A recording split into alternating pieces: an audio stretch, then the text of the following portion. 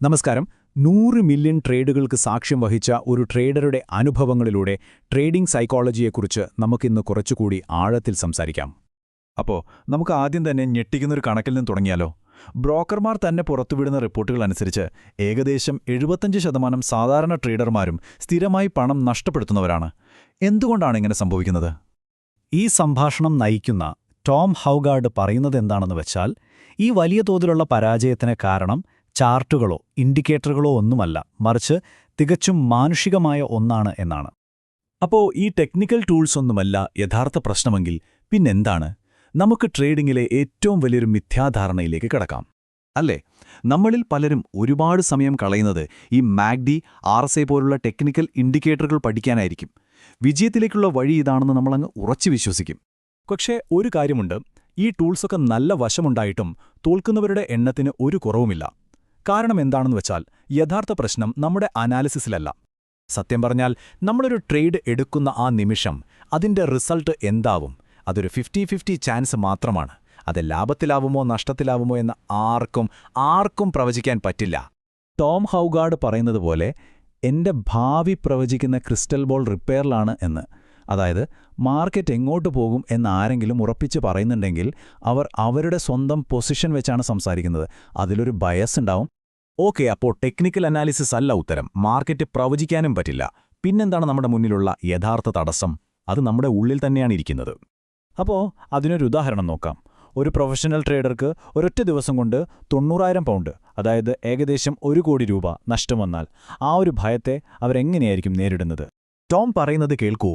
പണം പോകുമല്ലോ എന്നുള്ള ആ ഒരു പേടിയിൽ നിന്ന് അദ്ദേഹം മാനസികമായി ഒരു അകലം പാലിച്ചിട്ടുണ്ടെന്നാണ്. അതായത് ഓരോ ട്രേഡിനെയും ഇമോഷണലായി കാണാതെ ഒരു പ്രോസസ്സിന്റെ ഭാഗമായി മാത്രം കാണുന്നു. അതുകൊണ്ടുതന്നെ ഇത്രയും വലിയൊരു നഷ്ടം വരുമ്പോഴും കൂളായിട്ട് തീരുമാനമെടുക്കാൻ അദ്ദേഹത്തിന് പറ്റുന്നു. ഇതാണ് ഏറ്റവും പ്രധാനപ്പെട്ട പോയിന്റ്. നമ്മുടെ തലച്ചോറുണ്ടല്ലോ, അത് ഡിസൈൻ ചെയ്തിരിക്കുന്നത് ട്രേഡിങ്ങിന് നേരെ ഓപ്പോസിറ്റായിട്ടാണ്. നമ്മൾക്ക് അപ്പോഫീനിയ എന്നൊരു സംഭവമുണ്ട്. അതായത് ഒരു ബന്ധവുമില്ലാത്ത കാര്യങ്ങളിൽ പോലും പാറ്റേണുകൾ കണ്ടെത്താനുള്ളൊരു പ്രവണത. ഇപ്പം നമ്മൾ ആകാശത്തേക്ക് നോക്കുമ്പോൾ മേഘങ്ങൾക്കിടയിൽ ഒരു മുഖം കാണുന്നില്ലേ? അതുപോലെ മാർക്കറ്റിലും നമ്മൾ വെറുതെ പാറ്റേണുകൾ ഉണ്ടാക്കിയെടുക്കും. അപ്പോൾ ഒരു ട്രേഡർ എന്ന നിലയ്ക്ക് നമ്മൾ ഈ ഒരു മെന്റൽ ചാലഞ്ചിനെ എങ്ങനെ മറികടക്കും?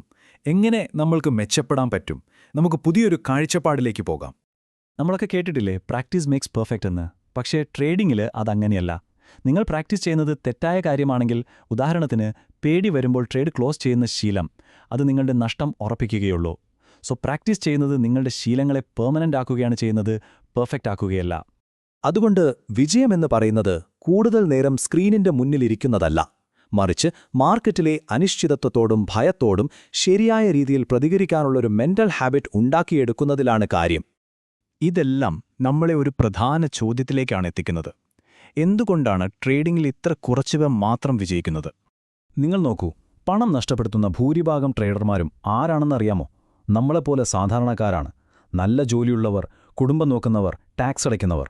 പക്ഷേ പ്രശ്നമെന്താണെന്ന് വെച്ചാൽ, മാർക്കറ്റിൽ സാധാരണക്കാരെ പോലെ ചിന്തിച്ചാൽ സാധാരണ റിസൾട്ടേ കിട്ടൂ, അതായത് നഷ്ടം. വിജയിക്കണമെങ്കിൽ നമ്മൾ കുറച്ചൊന്ന് വേറിട്ട് ചിന്തിക്കണം. അവിടെയാണ് ഈ ഒരു വാചകത്തിന്റെ പ്രസക്തി. ട്രേഡിംഗിന്റെ ലക്ഷ്യം പണമുണ്ടാക്കുക എന്നതാണ്, അല്ലാതെ ഞാൻ പറഞ്ഞതാണ് ശരി എന്ന് തെളിയിച്ച് നമ്മുടെ ഈഗോയെ സന്തോഷിപ്പിക്കലല്ല. അപ്പോൾ നമ്മൾക്കിതിൽ നിന്ന് കിട്ടുന്ന ഏറ്റവും വലിയ പാഠം ഒരു ചോദ്യമാണ്. സാധാരണ ചിന്തകൾ സാധാരണ റിസൾട്ട്, അതായത് നഷ്ടം തരുമെങ്കിൽ നിങ്ങൾ വ്യത്യസ്തമായി ചിന്തിക്കാൻ തയ്യാറാണോ? നിങ്ങളുടെ അടുത്ത ട്രേഡ് എടുക്കുന്നതിനു മുൻപ് നിങ്ങളോട് തന്നെ ചോദിക്കേണ്ട ഒരു ചോദ്യമാണിത്.